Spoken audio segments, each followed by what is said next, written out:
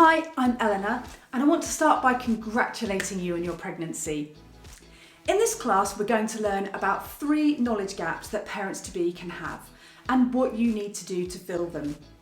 These 3 gaps are: 1, you don't know what you don't know, so how can you know what to learn? 2, you don't know the single most helpful thing that you can do in labour. And 3, you don't know what choices you have and how to ensure they're informed ones. By the end of this class, you will have filled all these knowledge gaps and start feeling a lot more confident and ready for birth. This is a free course because I'm super passionate about labour and birth, but people often overlook antenatal classes because they don't realise how useful and important preparing for birth can be, and how doing an antenatal class can be the difference between having a really amazing and positive birth experience and not. My antenatal classes are different than others that you might come across because my classes are specific. My focus is completely on labour and birth, as it's one of the most important days of your life and you're going to remember it forever. My classes are really comprehensive, giving you both knowledge about birth and also the skills that you need in order to be able to cope with whatever comes your way. My classes are also affordable with huge amounts of information with a great price point, so really good value. I also have a comprehensive paid course, Get Ready for Birth.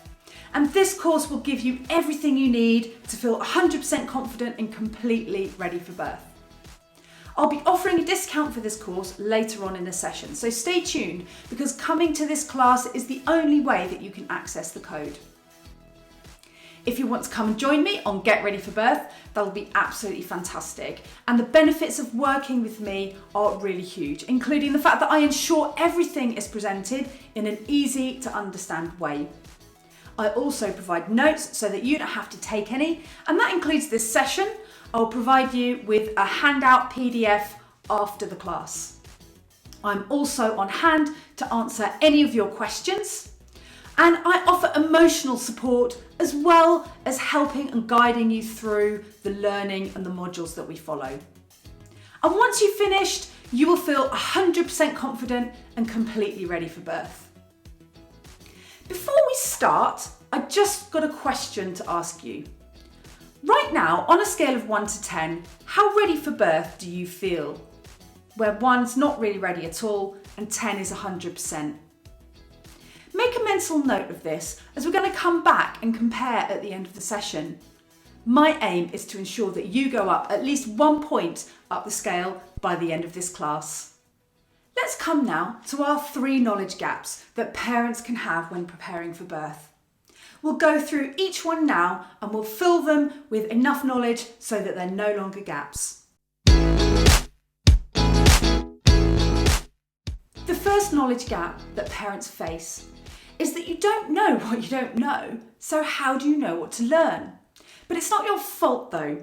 You don't learn about labour and birth at school, and when you get pregnant, you don't magically know how it's all supposed to work and what to do. I even get a lot of people who come to my courses who have already had a baby, who are quite surprised at the things they've discovered, even though they're on their 2nd or 3rd child.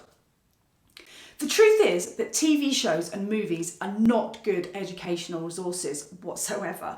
So I want to tell you everything you need to know to get prepared for labour and birth and which order to learn at. I call this the ABCDEs of labour. And it's a framework that I've created because my brain is quite systematic and it helps me to understand things when I can split it into manageable chunks and make a bit of sense of it.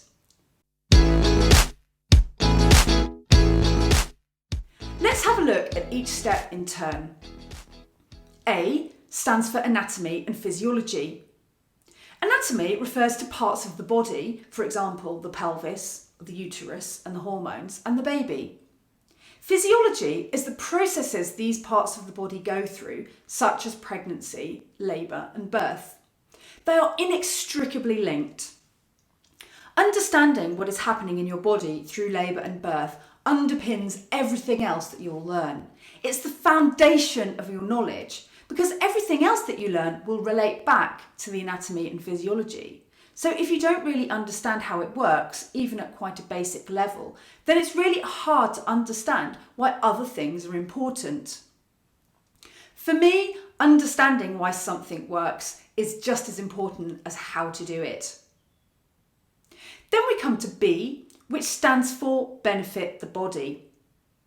It's all very well knowing about the anatomy and the physiology of birth, but in order for it to be useful knowledge, you need to understand how we can help the body in labour and also realise some of the things that may, in fact, be hindering the process of birth that we might think that we should be doing.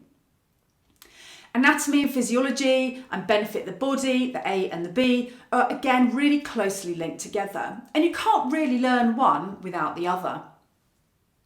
In the next section of this class, you're going to see a demonstration of a part of the anatomy and physiology of birth by seeing how the baby moves down through the pelvis in labour. And also we're going to discover one of the most important ways that you can benefit the body, so stay tuned for that. Then we come to C, which stands for coping with contractions. And this is a very broad area in antenatal classes. This category is all about how to get through the sensations of labour, one contraction at a time. There are lots of things that you can cover in this area. Ways to move your body in labour, breathing techniques or birth positions, and hypnobirthing would come under this category of a method to cope with labour. However, we are all unique and interact with the world in different ways. And so I don't believe that one single method is going to work for everybody, just like one item of clothing won't fit every individual. What's most useful is to learn the principles behind these methods as well as some of the methods. I call this the labour triangle of focus because every way of coping with contractions falls into one of three key areas that represents each of the corners of the triangle. And you can combine one or two or three of these areas to construct a way of coping with contractions that is unique for you and the way that you interact with the world. When you learn those principles and practice them to discover what resonates with you, you're much better able to find the best way for you to cope in labour based on the person that you are, what feels good and what works for you. On top of this, when you understand about anatomy and physiology of birth and how to benefit the body, when you learn about ways of coping with contractions, you understand how it's having a positive impact on your labour and birth. Basically, understanding why that method is helpful as well as how to do it. Now we come to D, which stands for don't forget the birth partner. The words and the actions of the birth partner in the room on the day have a direct impact on the anatomy and the physiology of the mother.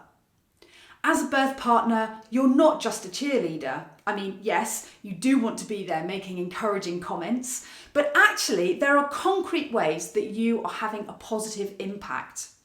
There are also some logistics to consider, as well as how to advocate for your partner.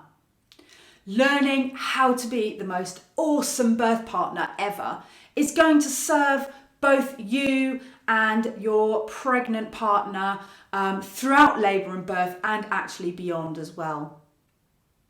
Finally, we come to E, which stands for enhance your emotions. And this category is all about the mindset side of things. Your emotions can also have an effect on the physiology of labour, and being able to get into a state where you feel calm, confident and positive is an achievable aim for most people. What's amazing though is that when you learn the foundations of labour, the anatomy and the physiology, what's happening in the body and how the baby moves during labour, and when you understand all the things that you can do to benefit that process and avoid the things that might hinder it, and when you layer on top all of the different ways you've learned to cope with contractions, and your birth partner really feels confident about how to be as supportive as possible, basically, when you've learned all of the stuff of the labour A, B, C and D, what emerges is the E, like the icing on the cake. And you start feeling emotions that fill you with positivity and help you feel calm, relaxed, empowered, in control, knowledgeable, at ease. All of the words that people use to describe what it feels like to feel 100% confident and ready for birth. So now you know exactly what you need to know to prepare for birth. And are you starting to feel a little bit more ready for birth?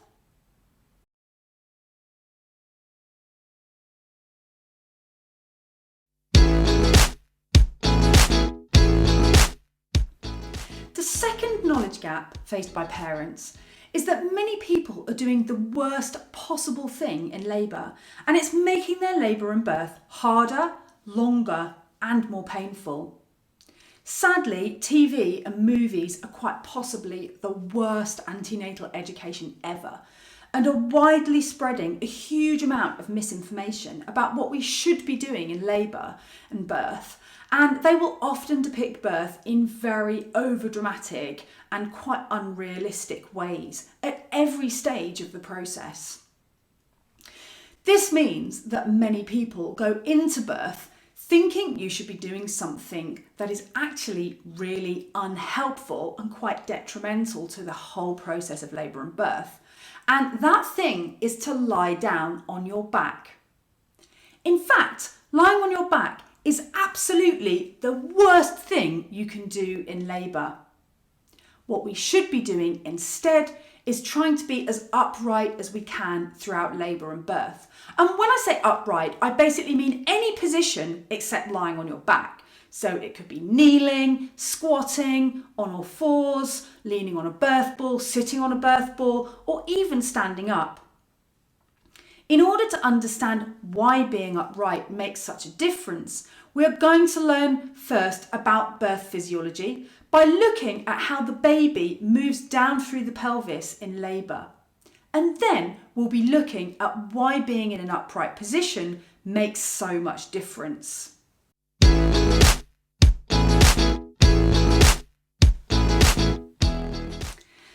So I'd like to now introduce baby Nelly and this model of a pelvis so we can start to see how the baby is going to move in the pelvis during labour and birth.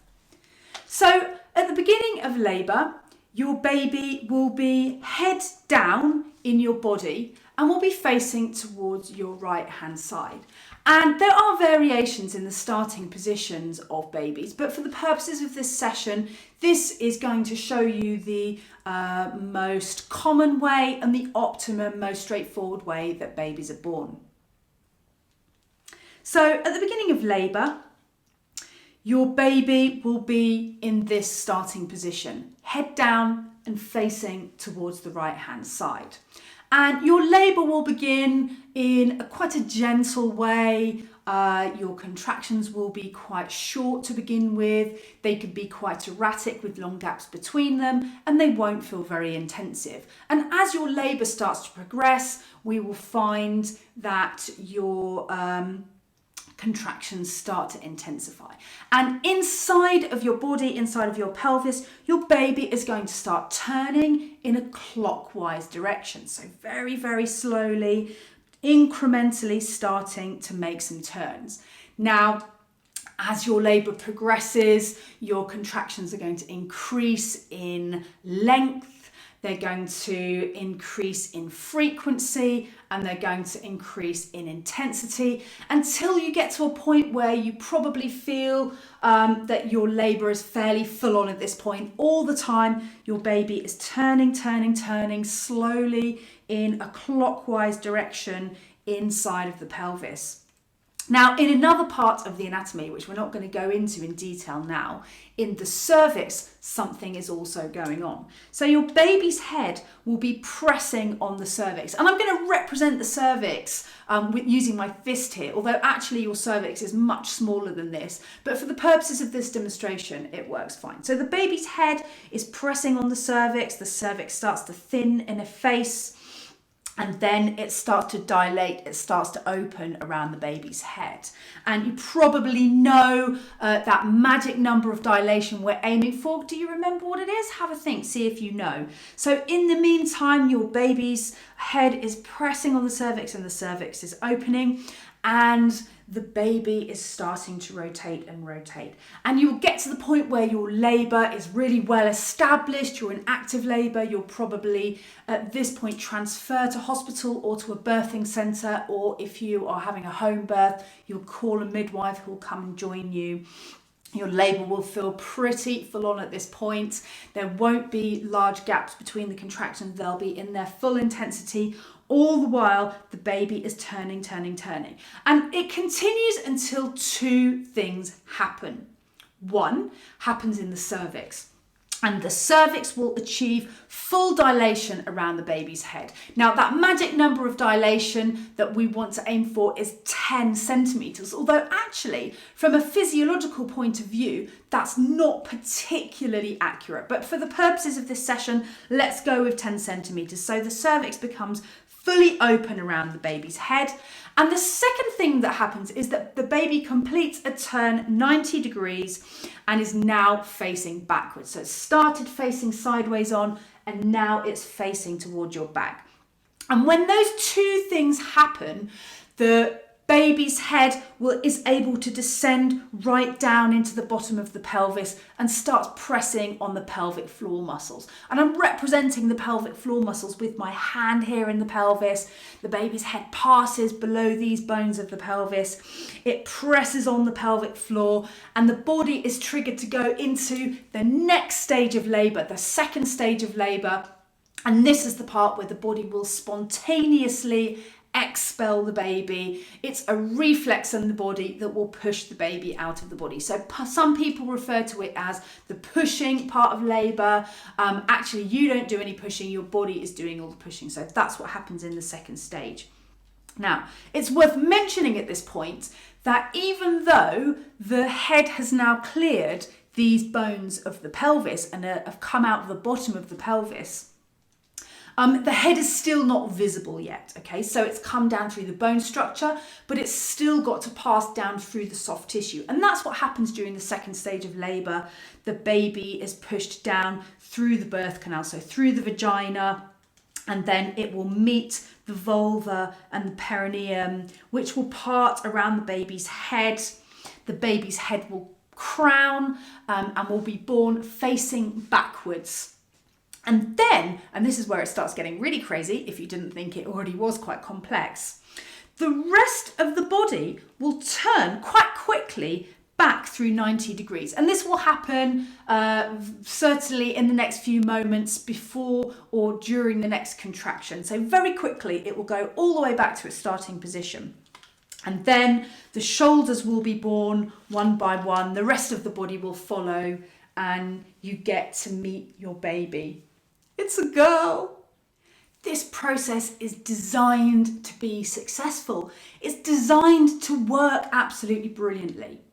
Of course, this was a rather short version of what is going on. And in my full comprehensive course, you explore this in much more detail and we examine why the baby moves in this way as well as how they're moving at each stage of labour. But having this knowledge of how the baby moves is not helpful to you unless you understand how you can benefit it, how you can help the process and make labour and birth easier, more efficient and more comfortable. You've already discovered that the single most helpful thing that you can do in your labour to help your baby move through the pelvis is to be upright as much as possible. But why does this make such a difference? In order to be able to understand why being in an upright position is so important, we need to first look at what happens when you are lying down on your back. When you're lying down on your back in labour, your body is in this position and your pelvis is positioned like this. So this is the top or the inlet of the pelvis and this is the bottom or the outlet of the pelvis. And the baby will start labour in the pelvis sideways like this. It will turn clockwise during the first stage of labour. And then in the second, the head will pass through the bones, it will turn again, and the rest of the body will be born like this. I'm now going to use this ball, which is roughly the same size as the baby's head, to help show what's happening in the pelvis. First of all, the head goes down into the pelvis, and in the first stage of labour, it needs to be able to turn clockwise. But these bones, you can see clearly, are holding it in place. So it makes it harder to turn. And then in the second stage of the labour, as the baby needs to travel down and pass through the bones, it's creating lots of resistance. And when you're lying down on your back, the outlet of the pelvis is forced into the smallest hole possible. And the baby's head needs to turn in the first stage and then move down through the second stage. But the small hole is creating resistance and making it even harder for the baby to pass through. And once the head has managed to exit the pelvis in the second stage, we have to remember the rest of the body has still got to be born. So the shoulders have got to navigate it, and the rest of the body have got to fight their way past the bones and the smallest hole possible. So now let's see what difference it makes when you're in an upright position. When you're lying down, the pelvis is in this position. And as soon as you get into an upright position, the sacrum, which is this triangular bone at the back of the pelvis, is able to go back into its normal position, which is this. Can you see how that just opened? And also the tailbone here is able to move out of the way. And you can see quite clearly we've created loads more space inside the pelvis. In fact, it's not just there that you create space. These sitting bones here also are able to move out of the way. And the whole capacity of the pelvis on the inside and the outlet increases by up to 33%. A whole third more space for the baby to turn and move down through the pelvis during labour and birth. Now, not every position is going to give you that 33%. Some positions might only give you 25%, but I'm going to take that extra 25%. Some positions may only give you 15% more space. I am still going to take that percent more space. So we can see clearly how being in an upright position can create lots more extra space for the baby to turn and move down through the pelvis to be born. Now you know how to help your baby move down through the pelvis as best it can by staying upright as much as possible in labour and birth. Are you starting to feel a little bit more ready for birth?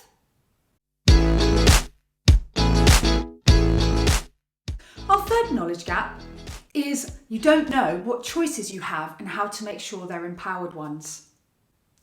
In the UK, when it comes to pregnancy, labour and birth, you always have a choice. Each midwife appointment, blood test, scan, drug or intervention, etc. is always something that you can choose or decline. In the UK, the only thing you're actually legally required to do is register your baby with the Register Office after birth. But if you don't really know anything about the choices on offer, then they aren't really true choices. Let's use a non-birth example to explore this. Okay, how would you answer this question? Would you like some chocolate cake? Now, you've probably had cake in your life and also chocolate. Some was good, some not so good. And you know that overall, if I give you some chocolate cake, you can assess whether it's going to be worth eating or not by drawing on your lifetime of experiences of eating. And your brain went through this entire process in record time, giving you your answer of yes or no. So let me ask you this. What happens when you come across a new food, such as an argy-bargy? Would you like an argy-bargy? You're probably thinking, well, what on earth is an argy-bargy? And you're right, I have made it up. The truth is that you have no idea if an argy-bargy is nice or not. Whether you choose yes or no, you will make an entirely uninformed choice about whether to have it because you know absolutely nothing about it.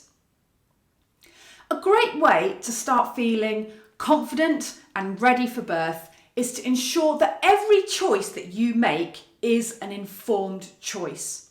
And to do this, you need to start using your brain.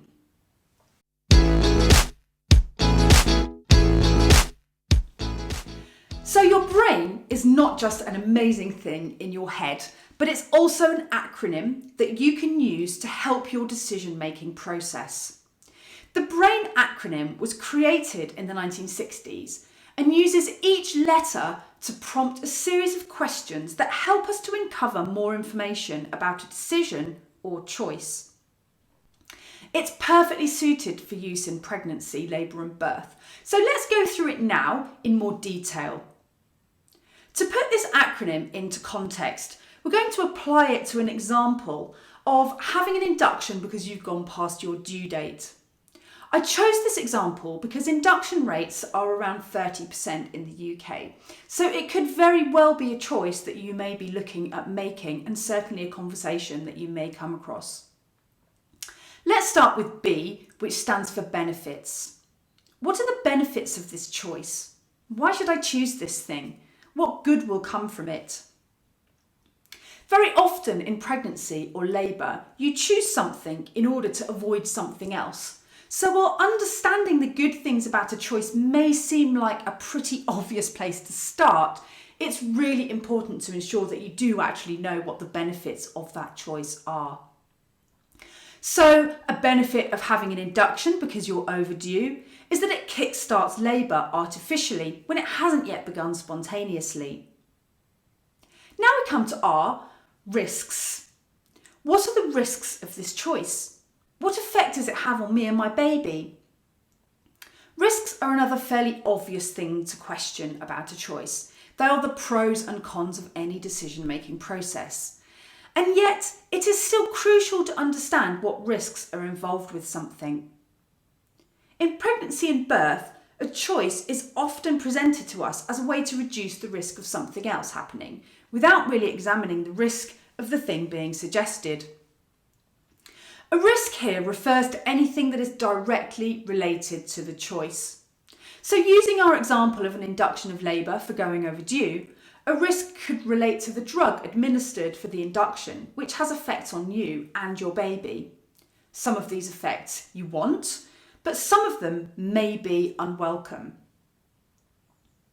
Now we come to A, which stands for alternatives. What are the alternatives to the choice? What else is there on offer? Is there anything else that I could consider? This part of the acronym is where the questions start to broaden and give us more context around the choice and enables us to start looking at the bigger picture. Often in pregnancy and labour and birth, you are not presented with a menu of options. So they don't say, well, we think you could do X, Y, Z and A, B, C. What would you like to do? Rather, what tends to happen is your midwife or consultant will suggest an option based on what they think is the best course of action for you as far as they're concerned. Now, it may well be the best course of action, but sometimes you don't have the whole picture. And there could be something else which is much more in tune with what your intentions and wishes are around your labour and birth. So an alternative of having an induction for going overdue is to have expectant management, which is where you go into hospital every day and you and your baby are monitored to ensure that everything is well, and you would continue to do this every day until you went into labour spontaneously, or if there was some change in the situation that meant that some other kind of intervention or decision becomes a better course of action. This is an entirely valid alternative to induction of labour for going overdue, but is rarely presented to us as a choice. So asking about alternatives helps you get a sense of where this choice lies in the bigger picture. Then we come to I, which stands for implications. What are the implications of this choice? What might or might not happen as a result of making it? What does this mean for me later today or tomorrow or next week? For me, this is one of the most important questions in the BRAIN acronym because it helps us see the bigger picture. Whereas risks are things that are directly related to the choice, for example, the side effect of a drug, The implications are related to things that might be more likely as a result of making that choice, but not really directly linked.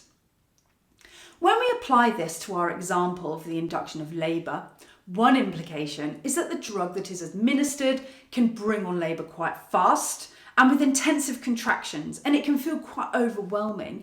And so in fact, you're more likely to choose a pain relief choice at an earlier stage in labour or when you might not have chosen any at all. Pain relief choices will also have side effects that could then have an impact on the rest of the labour.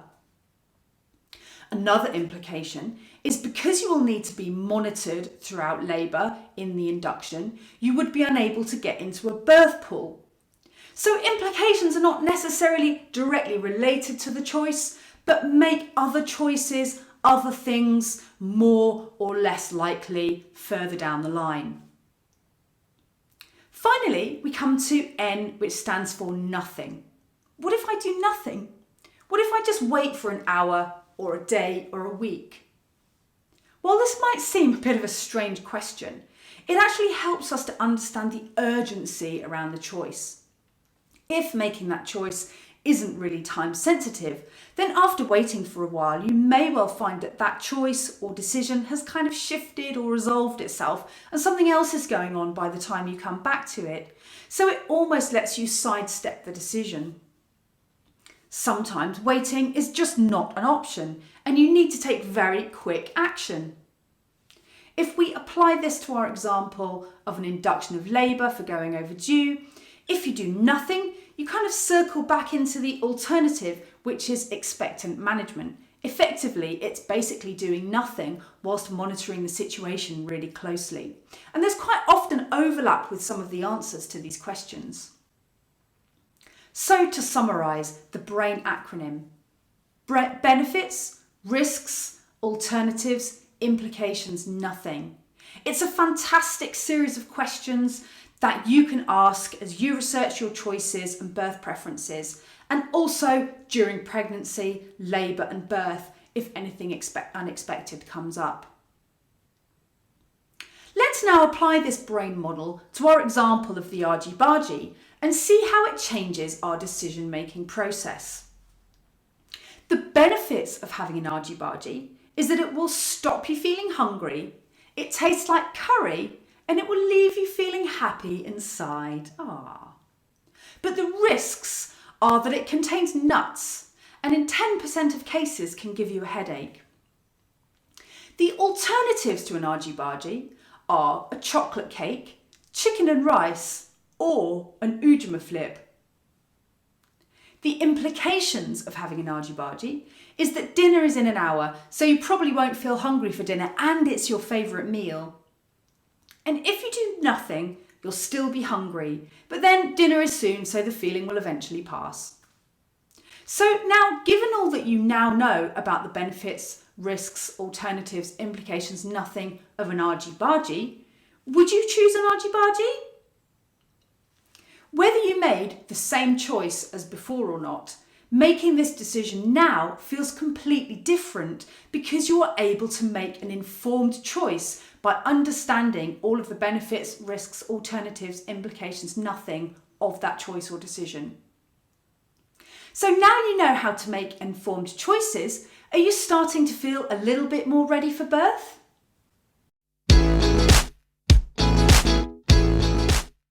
You now know what you need to learn using the ABCDEs of labour as a roadmap of what to learn and in what order. You also now know the single most helpful thing that you can do in labour to help your baby move through the pelvis. And you know how to use your brain to make sure that every choice or decision is an informed one.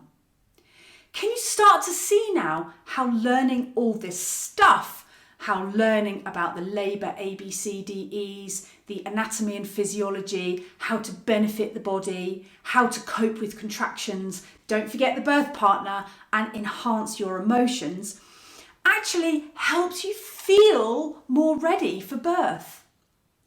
At the start, I asked you on a scale of 1 to 10 how ready for birth you felt. And my question now is again, how many points up the scale have you come?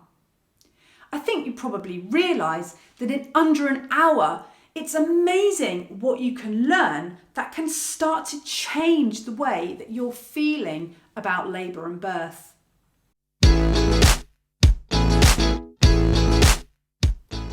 Are you feeling inspired to learn more? When you join my course, Get Ready for Birth, you can achieve a 10 on this scale. It's true, yes, you can. This course covers 5 modules which reflect the labour A, B, C, D, E's. So module 1 covers anatomy and physiology, and you examine the uterus, the pelvis, the hormones and the baby and how they work together in labour and birth. Module 2 is Benefit the Body, where you'll discover 31 different ways to benefit the body. Module 3 is How to Cope with Contractions, and you learn what to expect in labour from an experiential point of view, what contractions feel like, how long they last, and what labour's going to be like. And also you learn about the labour triangle of focus. This is a very practical module where you cover specific methods and techniques as well as the underlying principles of them, so that we practice positions for labour, we practice breathing techniques, and you get to try things out in advance to see what feels good for you. Module 4 is Don't Forget the Birth Partner, and it's all about how to be a completely awesome birth partner, and also covers some of the logistics side of things. Module 5 is Enhance Your Emotions, where we work on your mindset and give you some tools that can help you shift away from negative thought processes and focus on feeling 100% confident and completely ready for birth.